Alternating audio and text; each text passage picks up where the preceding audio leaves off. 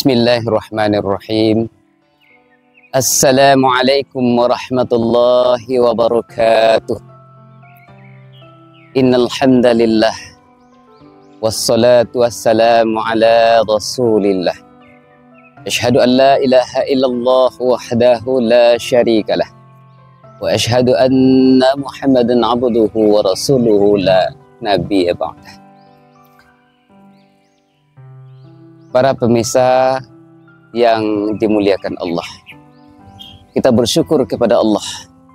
Pada kesempatan ini kita masih diberikan nikmat yang banyak oleh Allah. Selawat dan salam kepada Nabi kita, Nabi besar Muhammad sallallahu alaihi wasallam. Beliau adalah contoh teladan yang baik, contoh teladan yang pantas, yang patut dan wajib kita ikuti bagi orang-orang yang mendambakan kebahagiaan hidup, baik itu kehidupan di dunia maupun kehidupan di akhirat kelak. Para pemirsa yang dirahmati Allah, pada kesempatan hari ini kita akan membahas tentang eksistensi salat di dalam kehidupan seorang mukmin. Di dalam surah Al-Mu'minun ayat 1 ayat 2 Allah berfirman, A'udzu billahi minasyaitonir rajim. Bismillahirrahmanirrahim. Qad aflahal mu'minun alladzina hum fi salatihim khashi'un. Sungguh beruntunglah orang-orang yang beriman, yaitu orang-orang yang dalam salatnya dia lakukan dengan khusyuk. Para pemirsa yang dirahmati Allah, ada 4 eksistensi salat bagi kehidupan seorang mukmin. Yang pertama adalah salat sebagai tiang agama. As-salatu imaduddin. Wa man aqamaha faqad aqamaddin. Wa man hadamaha faqad hadamaddin. Sesungguhnya salat itu tiang agama. Barang siapa yang mendirikan salat, maka sesungguhnya adalah mendirikan agama. Dan barang siapa yang tidak melaksanakan salat, maka sesungguhnya dia adalah meruntuhkan agama. Begitu pentingnya salat, ibarat sebuah bangunan. Ketika sebuah bangunan tidak ada tiangnya, maka bangunan itu akan roboh.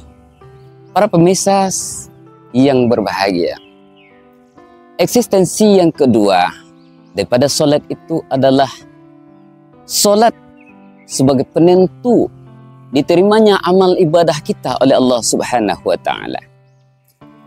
Di dalam hadis Rasulullah sallallahu alaihi wasallam, awwalu ma yuhasabu alaihi yaumil qiyamati shalah. Fa in saluhat saluha sairu amalihi. Fa in fasadat fasada sairu amalihi. Bahwa amal yang pertama-tama akan dihisap oleh Allah Subhanahu wa taala dari kiamat nanti adalah perkara salat. Apabila baik salat seorang hamba, maka akan baik pula lah amalan-amalan yang lainnya. Jika salat seorang hamba jelek, maka amalan-amalan yang lainnya akan ditolak oleh Allah Subhanahu wa taala.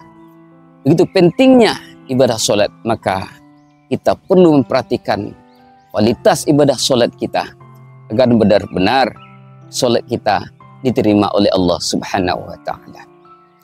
Eksistensi yang ketiga adalah salat sebagai pencegah perbuatan keji dan perbuatan mungkar. Di dalam Al-Qur'an Allah berfirman, "Innas salata tanha 'anil fahsya'i wal munkar." Sesungguhnya salat bisa mencegah perbuatan keji dan perbuatan mungkar. Perbuatan keji berhubungan dengan perbuatan-perbuatan yang merupakan perbuatan dosa-dosa besar. Sedangkan mungkar adalah perbuatan-perbuatan yang mengarah kepada sesuatu yang Allah tidak meridainya.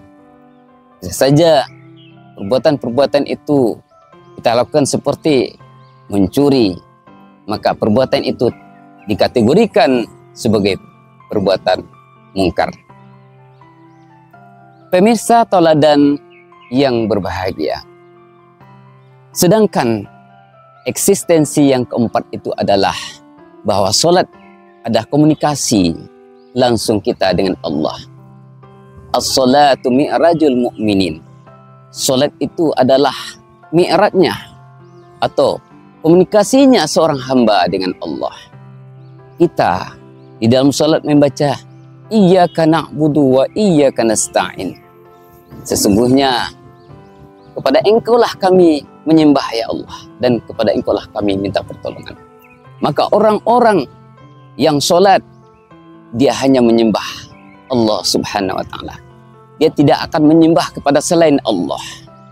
Akan tetapi orang-orang yang tidak sholat, dia tentunya akan menyembah kepada sesuatu yang dia anggap keramat, atau yang dia anggap lebih dahsyat, lebih kuat daripada Allah subhanahu wa ta'ala. Dan itu merupakan perbuatan yang sangat dilarang oleh Allah subhanahu wa ta'ala. Karena perbuatan itu menjurus kepada perbuatan mempersyarikatkan Allah subhanahu wa ta'ala. Kemudian kita meminta kepada Allah, minta pertolongan. Kita manusia adalah makhluk yang lemah. Sedangkan Allah makhluk yang kuat, yang memberikan kita sesuatu yang tidak bisa yang dilakukan oleh manusia. Maka bagi Allah tidak ada yang mustahil. Oleh karenanya, mari kita jadikan solat dengan sebaik-baiknya, agar kita tenang di dalam kehidupan kita. Karena solat merupakan sesuatu yang sangat penting di dalam kehidupan seorang mukmin. Mudah-mudahan tausiah kita, tausiah tauladan kita ini, mudah-mudahan mampu memberikan manfaat baik bagi diri saya sendiri maupun kepada kita semua. Banyak maaf, wabillahi taufiq wal hidayah. Wassalamualaikum warahmatullahi wabarakatuh.